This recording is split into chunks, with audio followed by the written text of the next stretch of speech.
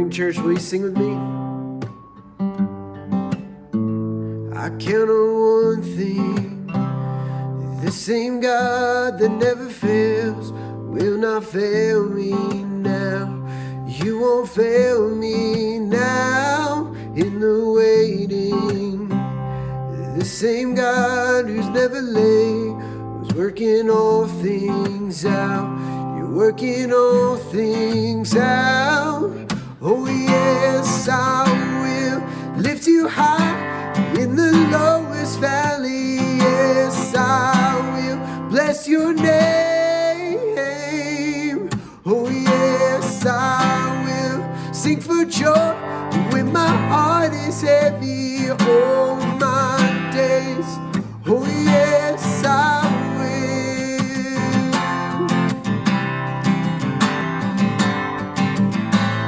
Sing that again. Count on one thing, that our God never fails. I count on one thing. The same God that never fails will not fail me now. You won't fail me now in the waiting. The same God who's never late is working all things out. Working all things out. Oh yes, I will lift you high in the lowest valleys. Yes, I will bless your name. Oh yes, I will sing for joy when my heart is heavy all my days. Oh yes, I will. I choose to praise, to glorify the name of all names. Nothing can stand against, and I choose to praise, to glorify the name of all names. Nothing can stand against, and I choose to praise, to glorify the name of all names. Nothing can stand against, and I choose to praise, to glorify the name of all names. Nothing can stand against, yeah. Oh yes, I will lift you high in the lowest valleys. Yes, I will bless your name. Oh yes, I will shout for joy when my heart is heavy all my days. Oh yes, I will for all my days. Oh yes, I will for all my days. Oh yes, I will. In the name of the Father, and of the Son, and of the Holy Spirit. Amen. Let's pray. Heavenly Father, you gave your people guidelines, commandments, 10 commandments for how to relate with you and how to relate with one another. And Lord Jesus, you know us, and you know we've broken every single one of them. We have not loved you with our whole heart. We have not loved you as we love ourselves. Lord, we justly deserve your present and eternal punishment.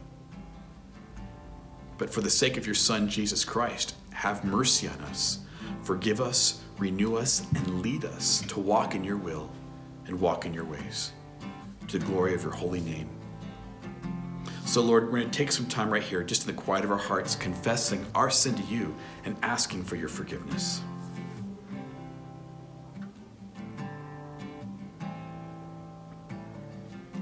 In the name of Jesus Christ, we pray. Amen. That Jesus Christ, God in the flesh, died on a cross for your sin and for mine, so that you might be forgiven and free. And as a servant of the word, I announce this grace of God to you, and by his promise, forgive you all your sin.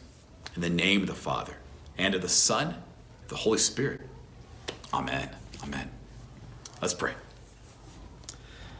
Lord Jesus, thank you for this season, Lord. We thank you for the snow we got last night, Lord. Thank you very much. We'd love some more. You know us here, Lord. We love your creation. Thank you for the snow. Lord God, we lift up those in need of your healing. We pray for Charlie and Marilyn's granddaughters, Addie and Lexi, who have COVID, especially Addie, Lord. She's gone through so much this year and this past year. We're praying for healing for them. For Tom's sister, Susan. For Scott's brother, Brad. Lord, for Michael, as he heals from surgery. For Nancy, we praise you that she's healing well from surgery. Lord, we lift up Charlie as he's going into surgery. Lord, we pray for good results for him. And Lord, we thank you for the gift of life, for birthdays, for Mark and Julius. Lord, we love them. You love them too. Thank you so much. And we pray all these things in your name. And we pray them together as you've taught us to pray. Our Father, who art in heaven, hallowed be thy name. Thy kingdom come. Thy will be done on earth as it is in heaven. Give us this day our daily bread, and forgive us our trespasses, as we forgive those who trespass against us. And lead us not into temptation, but deliver us from evil. For thine is the kingdom, and the power, and the glory, forever and ever. Amen. There is no other so sure and steady. My hope is held in your hand. Castles? When castles crumble and breath is fleeting, upon this rock I will stand. Yeah, upon this rock I will stand. Glory, glory, glory, glory. We have no other king but Jesus, Lord of all. We raise the anthem, our loudest praises ring. We crown him Lord of all.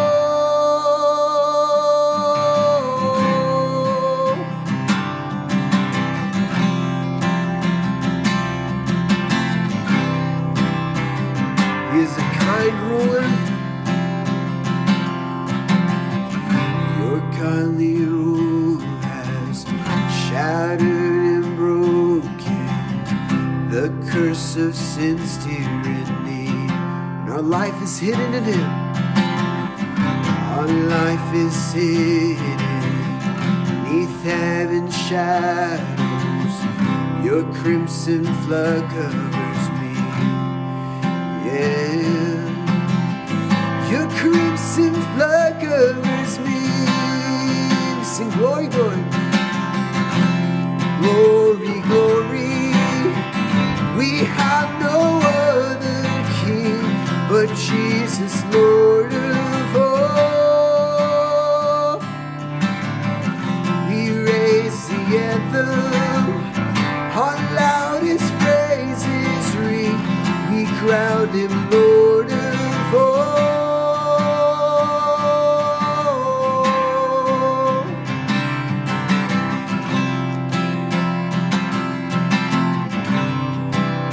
Sing Jesus is better than anything.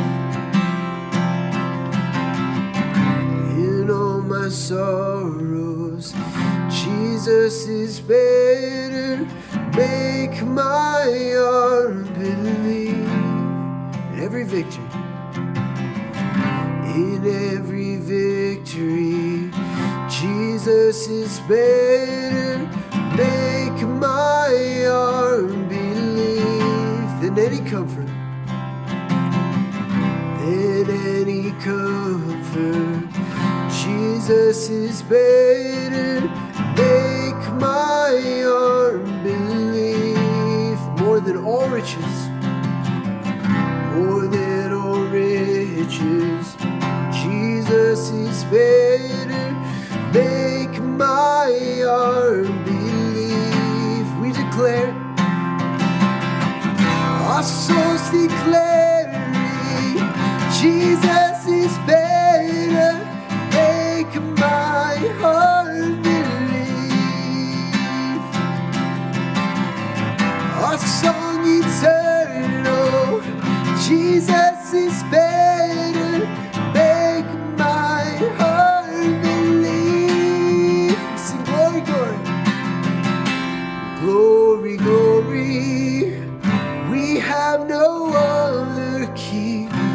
Jesus, Lord of all. Glory, glory.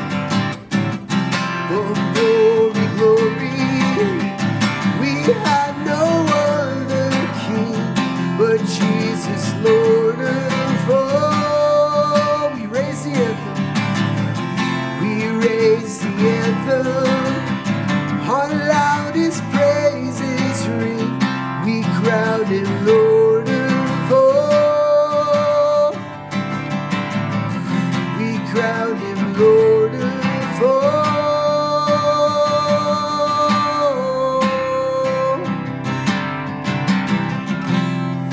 We crown Him Lord of all.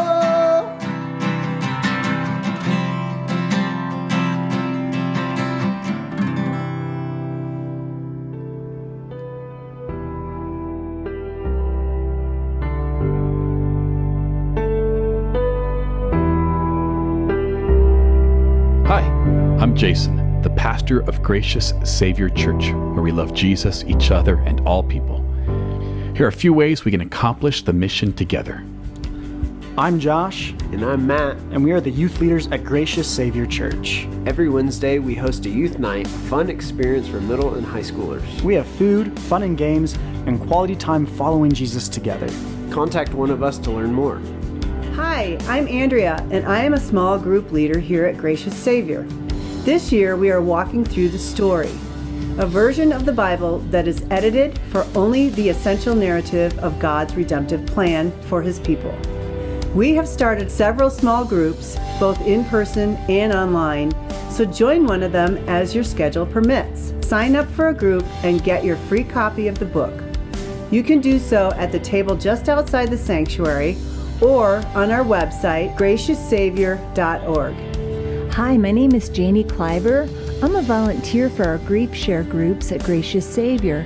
Grief Share is a grief support group for anyone who is recovering from the loss of a loved one.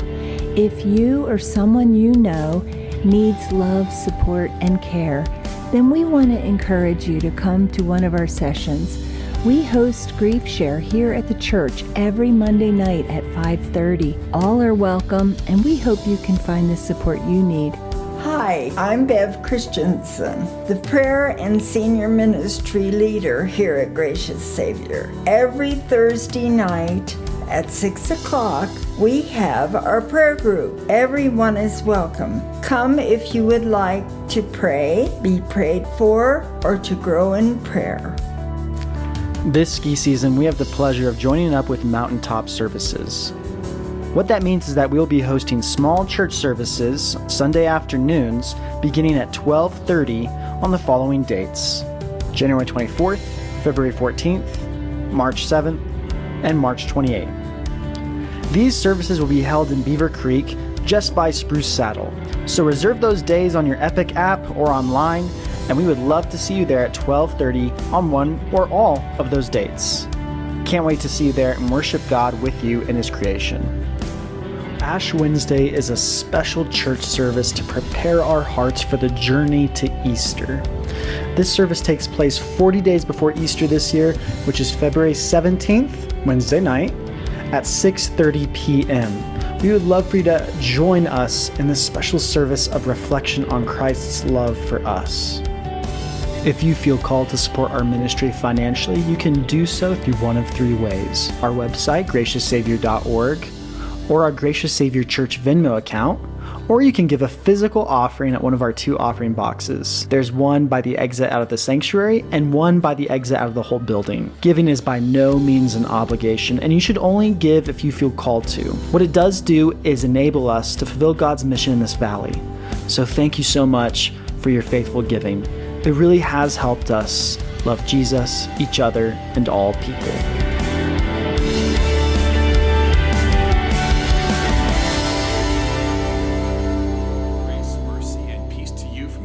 Father, and from our Lord and Savior Jesus Christ. Amen.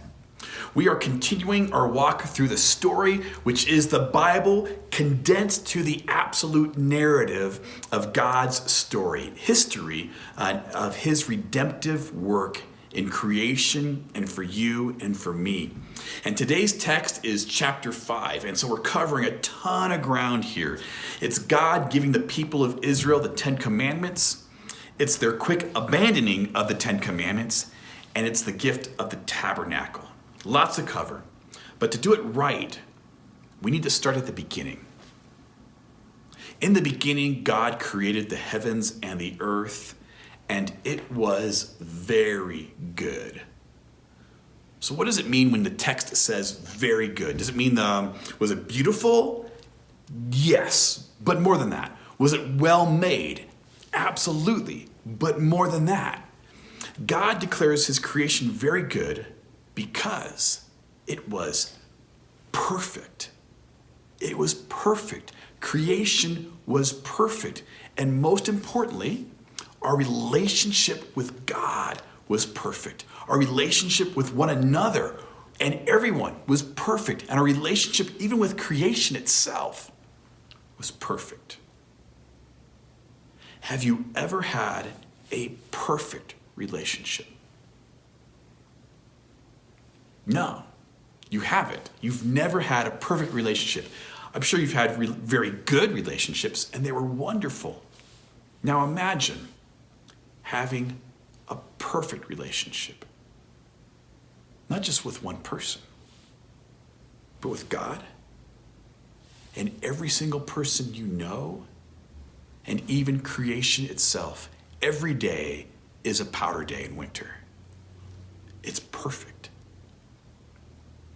And now we get a glimpse of just how horrible the fall really was. That first sin of humanity that broke perfection. And it broke our perfect relationship with God, with each other, and even creation itself. And so God made a promise that he would send one, a Messiah, who would restore that perfect relationship again. And God decides to bring Messiah, his Redeemer, through one particular family. And the patriarch of this family is a guy named Abraham. He picks Abraham. Well, we're not quite sure why he picks Abraham. He picks Abraham because he chooses to pick Abraham. It's not because Abraham's particularly great. He's not. He believes the promise, mostly. But God picks Abraham and makes an unconditional covenant with Abraham, an unconditional binding agreement where all the responsibility is God's and none of it is Abraham's. And we see this in Genesis 12. God promises, I will make you into a great nation, and I will bless you. I will bless those who bless you and curse those who curse you, and all peoples on earth will be blessed through you. Every single person who lives will be blessed through Abraham's family. And the promise is unconditional. It's unconditional gift. It's unconditional grace. Abraham just receives it. And the family line and the blessing continues from Abraham and Isaac and Jacob and his 12 sons, including Joseph and 12 sons. Now we're starting to get to the nation promise being fulfilled there. The family goes down to Egypt, gets huge, and the Egyptians enslave this family, which is now called Israel. And God makes good on his unconditional promise to make Abraham's descendants into a great nation, and he redeems his people from slavery and into freedom. So now what? What's the next step? Well, we might think the next step is to give this people, this nation, a home, a place where they can live and call their own and not be in slavery to anybody else. But it's not the first step. For God, the first step is relationship. And so he leads this people, this huge people, down into the Sinai Peninsula, into a place called Mount Sinai. And there God begins the process of relationship. It's not going to be a perfect relationship like we had back in the garden so many years ago, but it's moving in that direction. And God begins to teach his people about relationship with him and each other. And it's called the Ten Commandments. But the instruction begins this way in Exodus chapter 19. It says this. My Bible's upside down. There it is. In the 3rd month after the Israelites left Egypt, on the very day they came to the desert of Sinai. After they set out from Rephidim, they entered the desert of Sinai, and Israel camped there in the desert in front of the mountain. Then Moses went up to God, and the Lord called to him from the mountain and said, "This is what you are to say to the house of Jacob, and what you are to tell the people of Israel. You yourselves have seen what I did to Egypt, and how I carried you on eagle's wings and brought you to myself. Now, if you obey me fully and keep my covenant, then out of all nations you will be my treasured possession. Although the whole earth is mine, you will be for me a kingdom of priests and a holy nation. These are the words you are to speak to the Israelites." So Moses went back and summoned the elders of the people and set before them all the words the Lord had commanded him to speak. The people all responded together, "We will do everything the Lord has said." So Moses brought their answer back to the Lord. The Lord said to Moses, "I am going to come to you in a dense cloud, so that the people will hear me speaking with you and will always put their trust in you." Then Moses told the Lord what the people had said. Exodus 19. God is going to bless the whole world through this people, and that covenant, that promise, is unconditional. God will do this. But for the relationship to be good, to have a healthy relationship, the people, they need to start behaving in certain ways. That's conditional. That's a conditional covenant. God has big plans for this people. He has huge goals for them. They're to be a kingdom of priests and a holy nation. What does that mean? What does it mean to be a kingdom of priests? What do priests do? Well, they do a lot of things, but essentially they do 2 things. Priests represent God. So they tell people who God is and what God is like. Priests do that. And priests also serve as intermediaries. They bring people into the presence of God. What does it mean to be a holy nation? A holy nation is a nation set apart for God's purposes. They are God's image bearers, if you will. They are to be holy, set apart. That is a huge goal for Israel. That is a huge purpose that God has for them. And God's saying, if you're going to do this, start with these 10 great standards of behavior for healthy relationships. So how do they do? Not good. Not good at all. Moses is on Mount Sinai for 40 days and 40 nights, receiving the 10 commandments and other instructions from God on how to be a holy nation and a kingdom of priests. And while he's up there, the people get nervous. And they tell Aaron, he's been gone a long time. Maybe you could do something for us. And they make a golden calf. It's similar to the Egyptian god Apis. And they begin pagan practices of worship and relationship with this pagan god. Here they are, just weeks after they were eyewitnesses to the power and the mercy of God for them.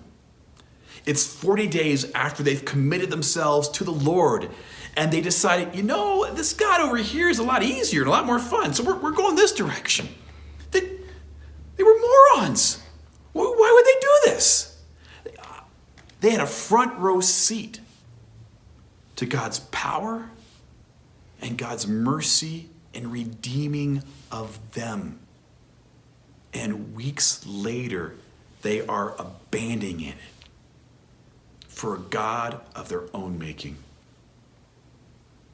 The god Apis was an Egyptian god of fertility. And you would pray to this god for good crops and for your livestock. Worship of this god often involved sexual practices. So the Israelites were worshiping the false gods of sex and money, even though they knew the mercy and power of the one true God. Well, maybe those Israelites weren't so different from us after all. Moses comes down from Mount Sinai. There are some consequences for their behavior. And in spite of all this, God gives them another gift. He gives them the tabernacle. Now remember, the goal is still relationship. It's a restoring of that perfect relationship we had with God and with one another way back when, before the fall. And so God gives the gift of the tabernacle, and much of Exodus is describing how this tabernacle is to be built and what you're supposed to be doing in this tabernacle. It's all good stuff. But the gist of it is this. It's so they can be a holy nation. A nation purchased by God, with their sin paid for, redeemed, so they can embrace and receive God's grace for them and reflect it to the people around them, because they still are to be a kingdom of priests and a holy nation. They've been saved by God unconditionally for a purpose. This is good stuff. It's good history. It's important knowledge. But why does it matter for us today? It matters because God has given the exact same calling to his people, the church, today. We read these awesome words from Peter in 1 Peter chapter 2. It says this, "But you are a chosen people, a royal priesthood, a holy nation, a people belonging to God, so that you may declare the praises of him who called you out of darkness into his wonderful light. Once you were not a people, but now you are the people of God. Once you had not received mercy, but now you have received mercy. Dear friends, I urge you, as aliens and strangers in the world, to abstain from sinful desires which war against your soul. Live such good lives among the pagans that even though they accuse you of doing wrong, they may see your good deeds and glorify God on the day he visits us." Peter uses almost the exact same language back from Exodus chapter 12. God's calling from Israel is the same calling for his church today. We are to be a holy nation, a royal priesthood, and this is unconditional. It's God's grace given to you through baptism. The unconditional gift of God. We are brought into his family. We are adopted as God's people. You are saved by grace through faith. And this is not from yourselves. It is a gift of God, not by works, so that no one can boast. It's God's unconditional covenant, his unconditional promise to you. And because of that gift, as a result of that gift, God invites us to receive all the blessings of relationship with him and with one another. He invites you, he invites us to be a holy nation, a royal priesthood, so that we may declare the praises of him who has called us out of darkness into his wonderful light. So what do royal priests do? What has God called you to do and to be? Well, priests represent God. We declare the praises of him We declare the praises of God who loves us. And we do this in worship, absolutely. But we also do it in our home, at our jobs, at school, at our community, at play. You do this by living a life in such a way that the people around you notice. Maybe it's shoveling a neighbor's driveway. Maybe it's bringing a meal over after they've been in the hospital or have been sick for a while. Maybe it's just stopping and listening to a neighbor or a coworker or a friend. It's being such a good boss that your employees know that you want what's best for them. It's being such a good employee that your boss and your coworkers know that you are serving them and the customers too. It's speaking in such a way that indicates hope and the grace of God in your life. And Lord God, I'm a pessimist. Have mercy on me in this area. It's doing those things. It's loving your wife and your kids and your close friends so that they know that you put them first.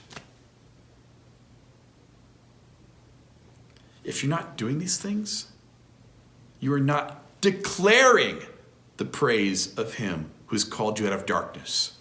You might be murmuring, you might be whispering, you might be saying slightly, but you're not declaring.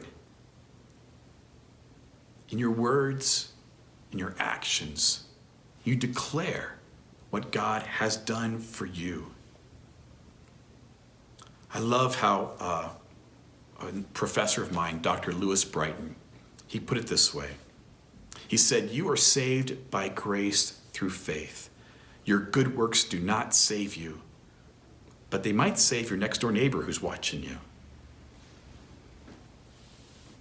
So my friends, abandon the false gods in your life. We don't make them like golden calves, but we worship them nonetheless. Do not place your identity in your sexuality or your appearance or even your health. Do not place your trust in your crops or your livestock or your checking account balance or your 401k or wishing that you had bought GameStop stock last year. Love your spouse and your kids and your family and your close friends in such a way that they know that you place them above yourself. You do not worship the God of pride or self. Your identity and your purpose in life is not in being self-fulfilled or living life to the fullest or even having your best life now, but rather in the unconditional grace and love of Jesus Christ for you. Kill the false gods in your life. Melt them down. Wash them away. And live in God's grace and his love for you. Because, my friends, by God's grace and through his calling, you are a chosen people. You are a royal priesthood. You are a holy nation, a people belonging to God, so that you may declare the praises of him who has called you out of darkness into his wonderful light. Let's pray. Lord Jesus, thank you for your grace. Thank you that through baptism you have called us as your own and claimed us as your own. Lord Jesus, we ask that we might live in your baptismal grace all our days, that we wouldn't abandon it or walk away from it, but rest in it and receive it. Lord God, by the power of your Holy Spirit, may we be a holy nation, a royal priesthood, a people declaring your praises in our life, in our words, in our actions. And in doing so, Lord, we discover relationship we discover you and all the blessings you have for us in our lives. That we're no longer tossed around by fear of what's going around us and fear of things that are out of our control, but resting solely and securely in your grace and your love and your providing for us, Lord God. That what happens in politics, what happens in economics, what happens even in our community, Lord, does not shake us. It does not drive us to fear or to anger. It does not cause us to retreat from those around us, nor to attack those around us, but rather to lovingly embrace those around us, because you died and rose for them too. Lord Jesus, may we be, by the power of your Holy Spirit, and may your Holy Spirit rest, reside, empower, and equip each and every one of us who's praying this prayer right now,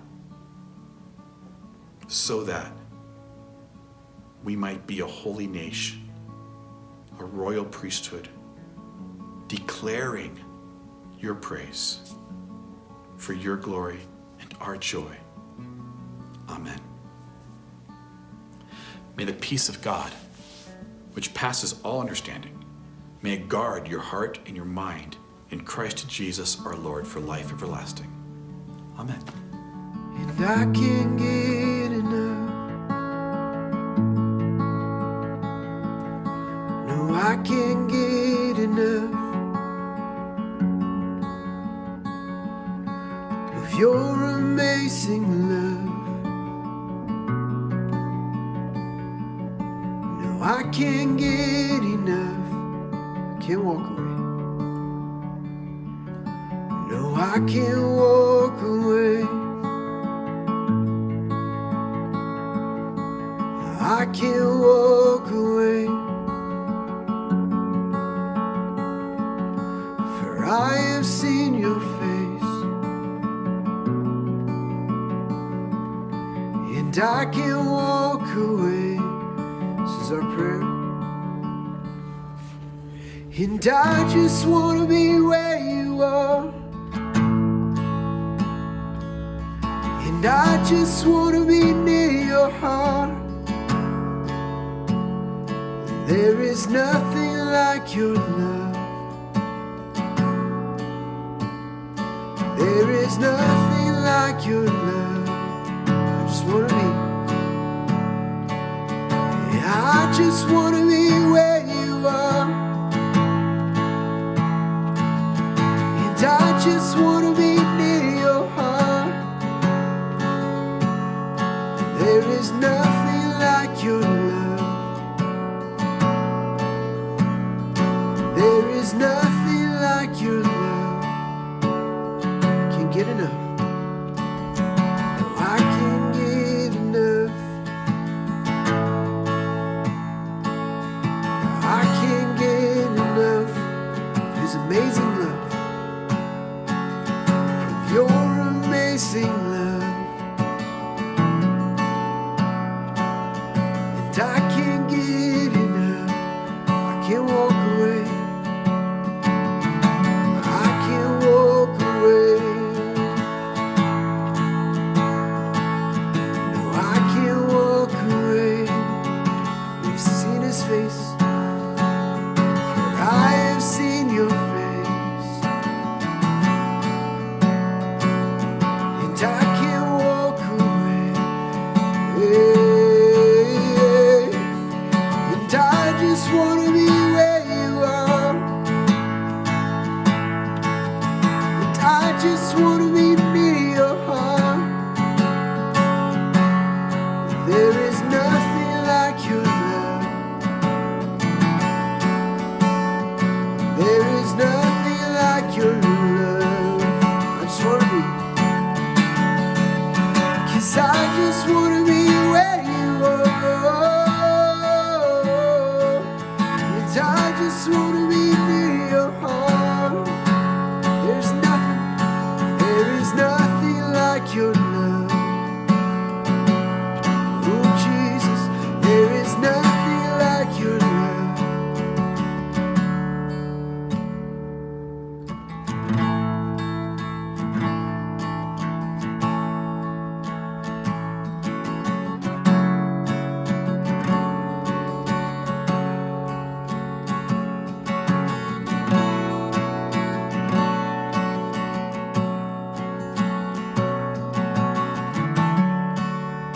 Holy, holy for who he is and all he's done.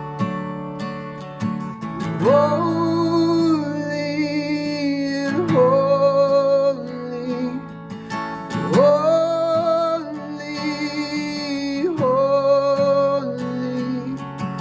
holy, holy, Jesus, I love you.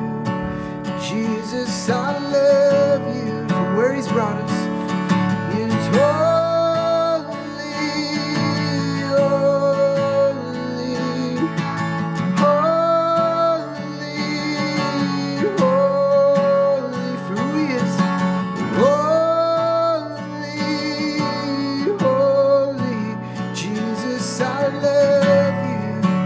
Jesus, I love you, yeah. It's holy, holy, you are holy, holy, holy, Jesus, I love you.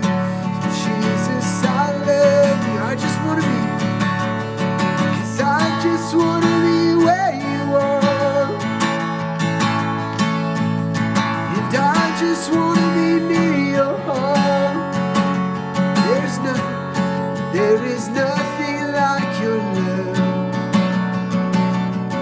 Oh Jesus, there is nothing like your love. And I just want to be where you are. I just want to be near your heart. There is nothing like your love. There is nothing like your love.